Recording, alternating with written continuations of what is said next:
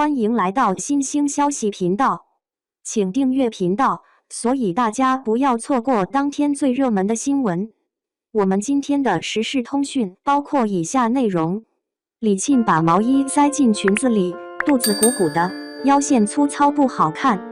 李沁作为中国娱乐圈备受瞩目的女演员之一，总是以其清新可爱的形象和出色的演技吸引着观众们的目光。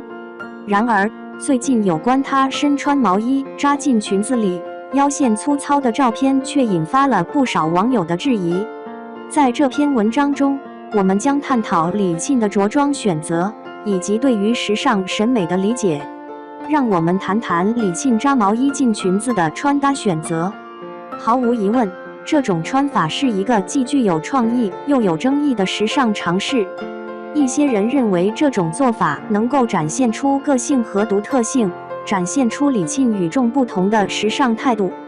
然而，也有人对这种搭配提出批评，认为肚子鼓鼓的效果并不美观，甚至让腰线显得粗糙不平。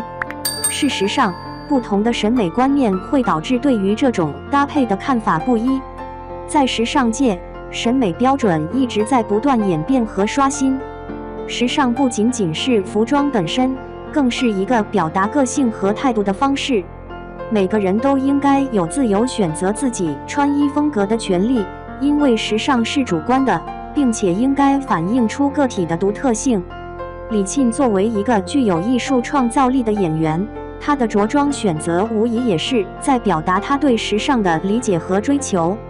然而，时尚不仅仅是个人的审美观点，也有一定的规则和原则需要遵循。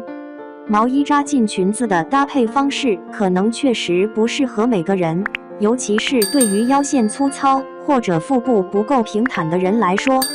在穿搭的过程中，我们需要考虑不仅仅是自己的喜好，还要考虑到自身身材特点和合适的穿搭方式。在时尚界，有一句经典的格言：时尚可以教，但不能强求。这就是说，时尚应该成为我们的启发和灵感，而不是束缚和限制我们的选择。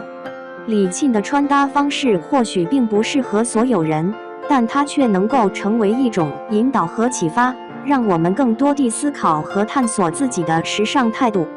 再总结一下，李沁将毛衣塞进裙子是一种具有争议的时尚选择。不同观点的人会对这种搭配有不同的看法，这也是时尚的魅力所在。时尚应该是个人的表达和自由选择，同时也需要尊重身体的特点和审美的原则。